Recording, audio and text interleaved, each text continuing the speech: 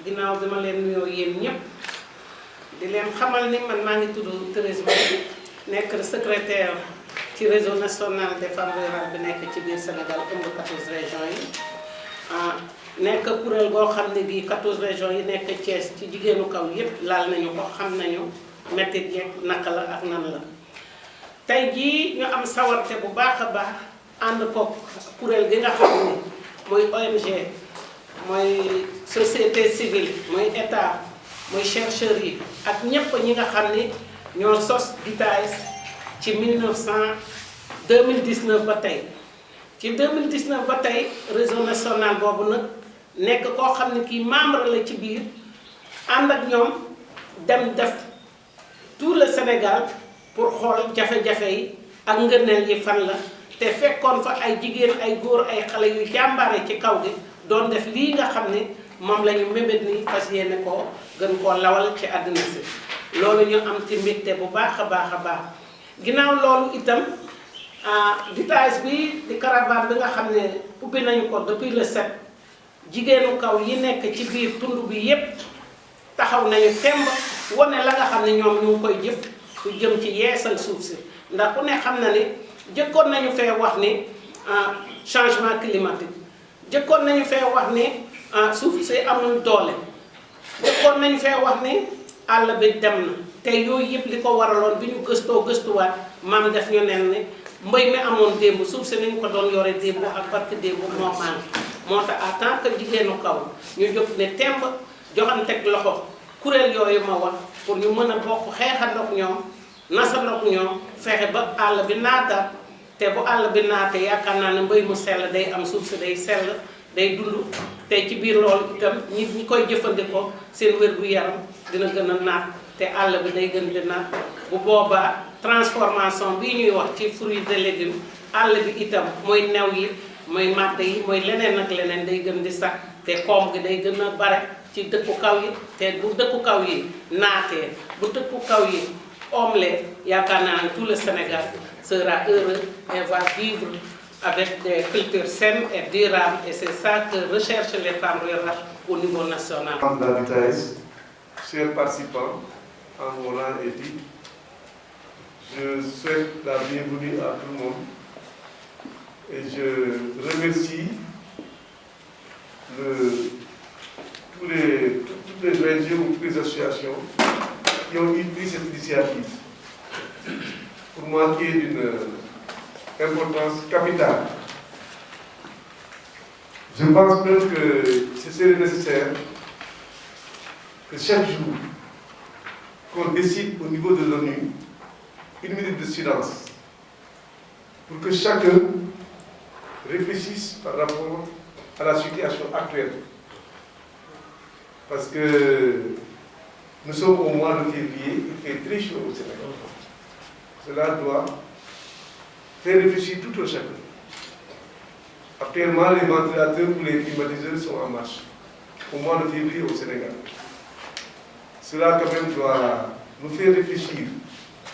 C'est pourquoi je trouve très important l'organisation de cette caravane qui doit, je pense que la société en a parlé, les autres aussi, qui doit nous aider quand même à réfléchir, à nous poser des questions, à repenser notre vie, ou bien nos façons de vivre. Parce que on ne sait pas où on va, hein. Peut-être nous là, on est vieux, bientôt dans 30 ans, on ne sera pas là. Mais est-ce qu'on pense aux petits enfants, 600 ans, qu'est-ce qui va advenir dans ce monde? C'est pourquoi je pense que cette caravane, elle est d'une importance capitale. Et elle doit vraiment être un déclic pour que les gens essaient de trouver des solutions. Je pense que c'est un ambassadeur, le colonel aussi, les autres. Parce qu'aujourd'hui, quoi qu'on dise quand même, il y a une rupture écologique. Et cela, c'est l'œuvre de tout le monde. L'œuvre de tout le monde. Comme c'est l'œuvre de tout le monde, je pense que tout le monde maintenant doit essayer de reconstruire, ou bien en tout cas de s'adapter pour que cette rupture qui ne cesse de croître arrête. Si ça n'arrête pas, ça va être mal, ça va faire mal à tout le monde. Aujourd'hui, j'ai suivi tout à l'heure M. Kanouté, où il disait, pendant que la population est en train de croître, la production alimentaire est en train de baisser. Ça, quand même, voilà. Ça, c'est des choses qui doivent quand même nous aider à réfléchir, mais à agir. Nous sommes dans le temps de l'action. C'est en cela que je félicite effectivement Mme Thérèse, les chercheurs, M. Sen, le colonel, bon, le commandant, les gens avec qui nous travaillons. Mais moi, sincèrement, je ne suis pas satisfait. Je ne suis pas satisfait parce que je vois qu'on essaie de reboiser. Mais combien d'arbres, comment on dit, en tout cas, combien d'arbres survivent? Ça, pour moi, c'est important. Aujourd'hui, il y a des campagnes au niveau de l'engrais, il y a des campagnes au niveau des pesticides, il y a des... Voilà, donc on est dans un monde où, en tout cas, nous sommes en train de nous tuer à petit feu. Et ça, je pense quand même que je tenais à dire ces propos, pour échanger avec vous, pour vous féliciter simplement de l'importance de cette caravane.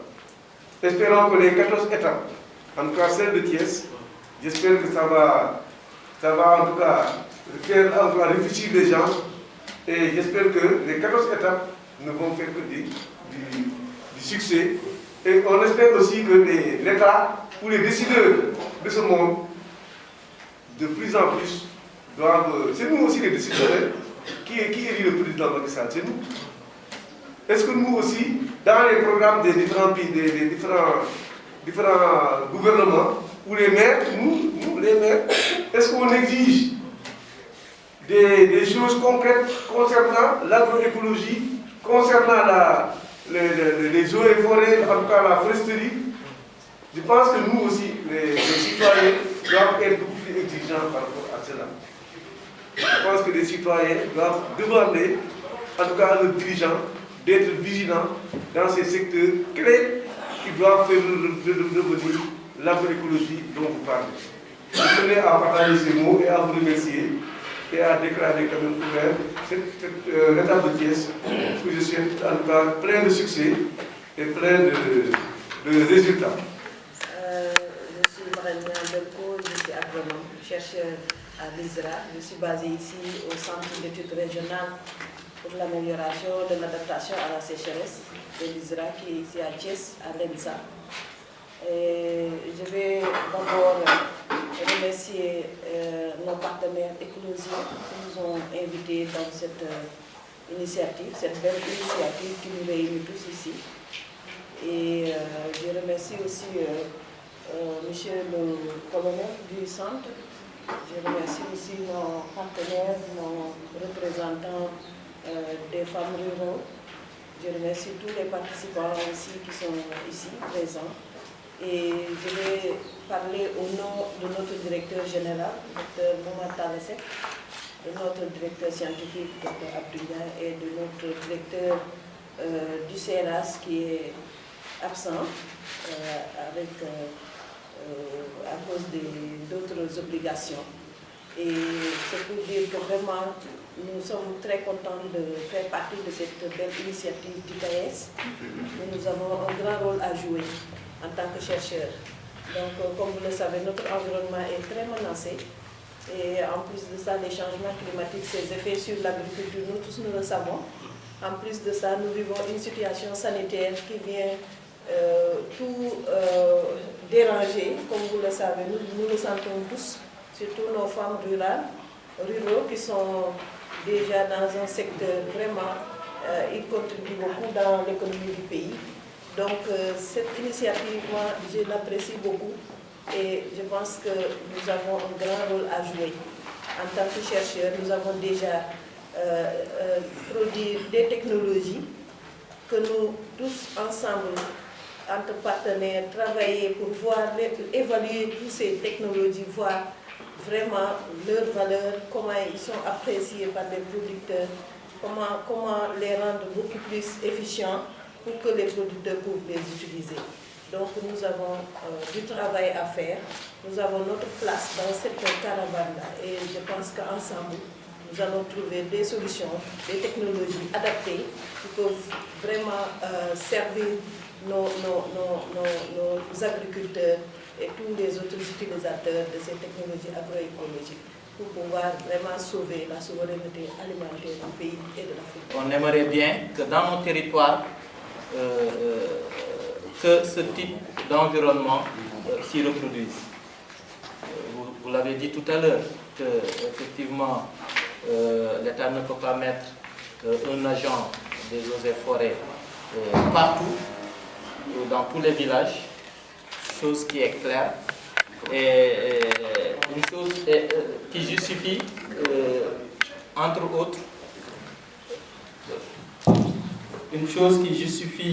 autres, également ce pourquoi cette dynamique a été mise en place.